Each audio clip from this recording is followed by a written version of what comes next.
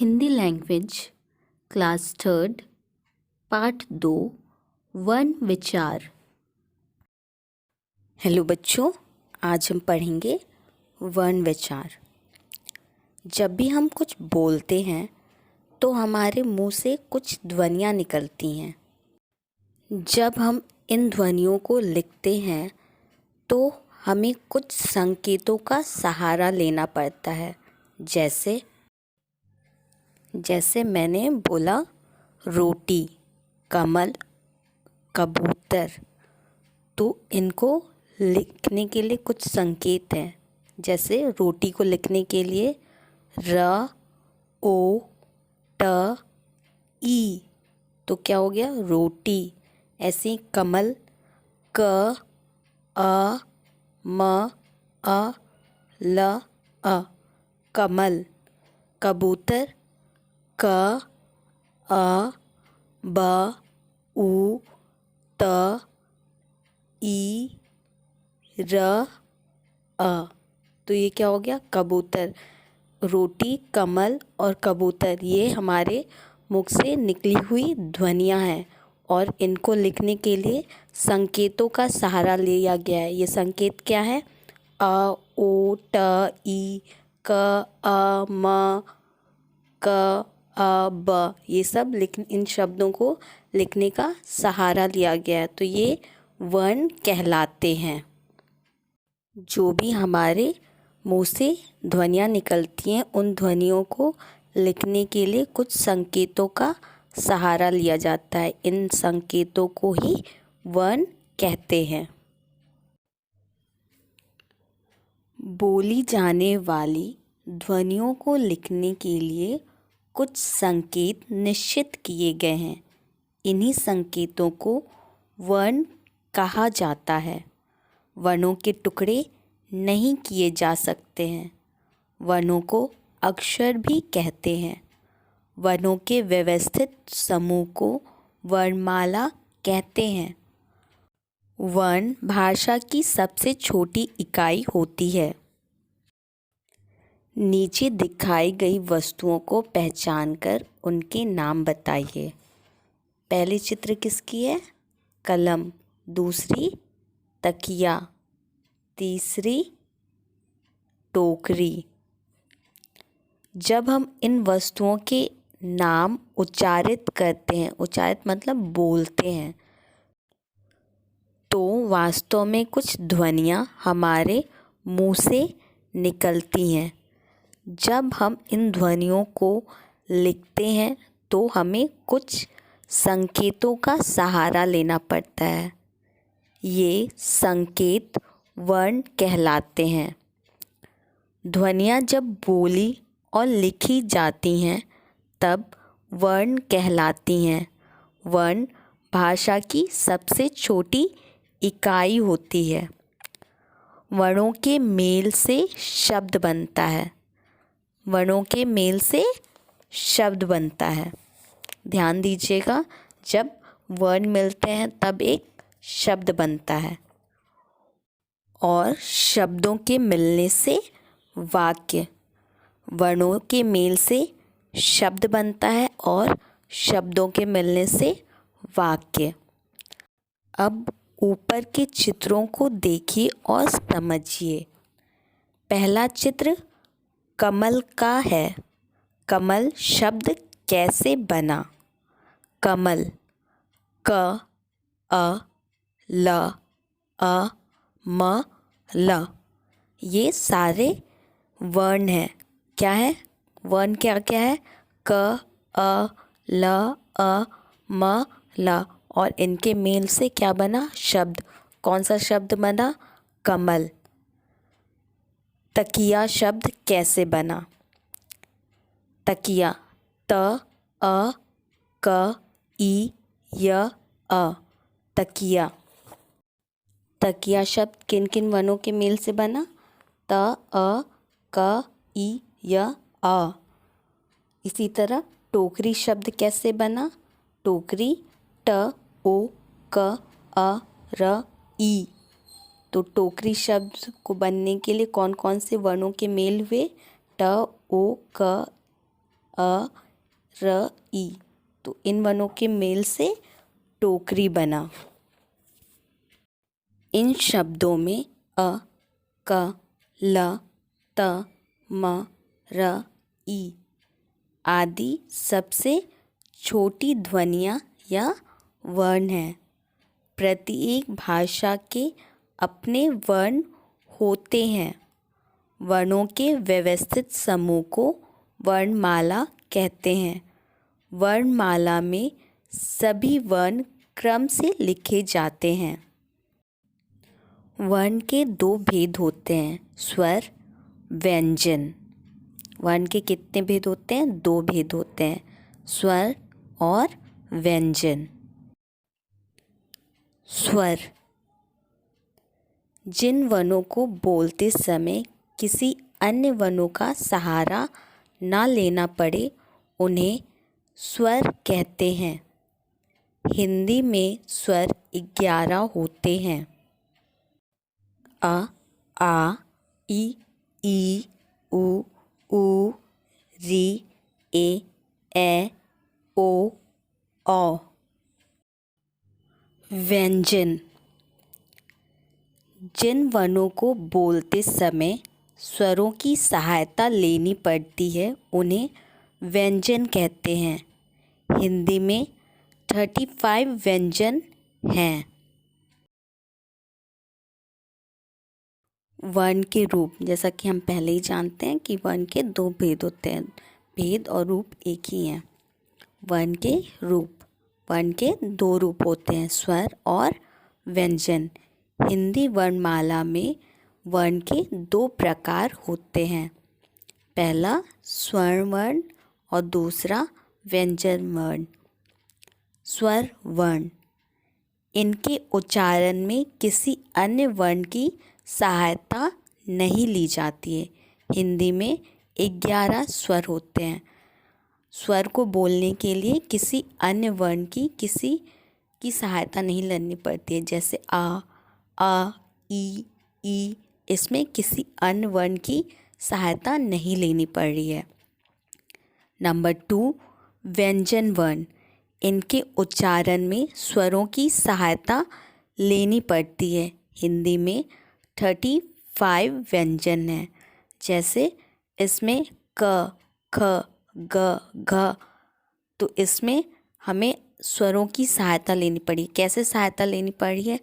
क, अगर हम बोले क तो क के लास्ट में अ का भी उच्चारण आ रहा है, तो हम इसमें स्वरों की भी सहायता ले रहे हैं इनको बोलने में, इनको उच्चारण करने में। जैसे च में भी अ आ रहा है। ध्यान रखिएगा कि स्वरों को उच्चारण करने में किसी अन्य वर्ण की सहायता नहीं लेनी पड़ती, लेकिन व्यंजन को उच्चारण करने में स्वरों की सहायता लेनी पड़ती है। मात्रा। स्वरों के कुछ विशेष चिन्ह होते हैं। स्वरों को व्यंजन के साथ लिखते समय ये चिन्ह लिखे जाते हैं। स्वर के इन्हीं चिन्हों को मात्रा कहते हैं। स्वरों को लिखने के लिए कुछ चिन्ह होते हैं जो व्यंजन के साथ लिखे जाते हैं, तो हम ये भी कह सकते हैं स्वरों का जो रूप व्यंजन के साथ जुड़ता है उसे मात्रा कहते हैं। मात्राएं। आ की कोई मात्रा नहीं होती है। स्वर तथा उनकी मात्राएं सामने लिखी गई और किस तरह से स्वरों का रूप व्यंजन के साथ जुड़ रहा है वो ध्यान दीजिए। आ का मात्रा है एक डंडी और उसमें क्या बना? क पे आ की मात्रा, म काम। तो इसमें व्यंजन क्या है? क, और स्वरों का जो चिन्ह है वो क्या है? अ की मात्रा, और वो व्यंजन के साथ जुड़ता है। तो स्वरों का जो रूप व्यंजन के साथ जुड़ता है उसे मात्रा कहते हैं। समझिए, आ को छोड़कर हर स्वर मात्रा के रूप में प्रयुक्त होता है। आप देख सकते हैं स्वर हैं और उनके नीचे लिखी उनकी मात्राएं हैं। आ की कोई मात्रा नहीं होती है। व्यंजन वर्ण लिखते समय स्वर को साथ जोड़ते हैं। व्यंजन वर्ण लिखते जब भी हम व्यंजन वर्ण लिखते हैं तो स्वरों के साथ जोड़कर ही लिखते हैं। जैसे क और प्लस अ, क। देख क का अगर हम उच्चारण करेंगे तो अ सुनाई दे रहा है ना लास्ट में, तो क के साथ कौन सा स्वर जुड़ा? अ। उसी तरह स में भी अ। द में द भी उच्चारण करेंगे तो द, लास्ट में आ रहा है। इसी तरह ल ला, तो इसमें भी अ आया। तो व्यंजन क्या है? ल है और स्वर क्या है? अ है। तो कोई भी व्यंजन बिना किसी स्वर की सहायता से नहीं लिखे जाते हैं। जैसे यहाँ एक शब्द है बोतल, तो ब ओ त अ ल अ, बोतल। यहाँ ओ का रूप बदलकर ओ रूप और ब के साथ जुड़ गया है। इसमें ब के साथ कौन सा स्वर लगा है? ओ। ठीक है, उचित स्वर लगाइए। रोटी, र ओ ट ई, रोटी। कबूतर, क अ ब उ त अ र अ, कबूतर। माली, म अ ल ई, माली। कमल, क अ म अ ल अ, कमल। बादल, ब अ द अ ल अ, बादल। फूल, फ ऊ ल अ, फूल। तितली, त ई त अ ल ई, तितली। व्यंजन को बोलते समय हमें स्वरों की सहायता लेनी पड़ती है, लेकिन कुछ व्यंजन ऐसे हैं जो दो व्यंजनों के मेल से बनते हैं, उन्हें संयुक्त व्यंजन कहते हैं। ये व्यंजन 4 होते हैं। संयुक्त व्यंजन, ये व्यंजन दो व्यंजनों के मेल से बनते हैं। जैसे छ, क और श मिलके बना श, याना क्षत्रिय। त और र मिलके बना त्र, तो क्या हो गया? त्रिशूल। ज्ञा, ज और इया मिलके बन गया ज्ञा, ज्ञानी। श और र मिलके बना श्र, तो क्या हो गया? श्रवण। नेक्स्ट है संयुक्त अक्षर।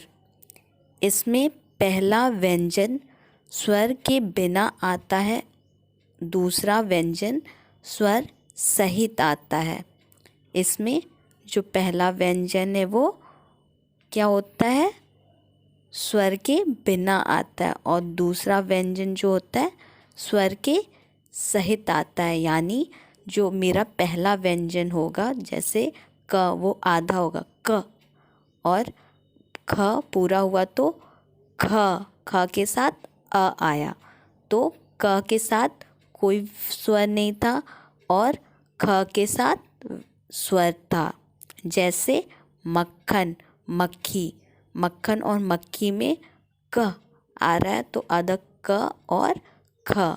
इसमें आधा क के साथ कोई भी स्वर नहीं है, लेकिन ख के साथ स्वर है।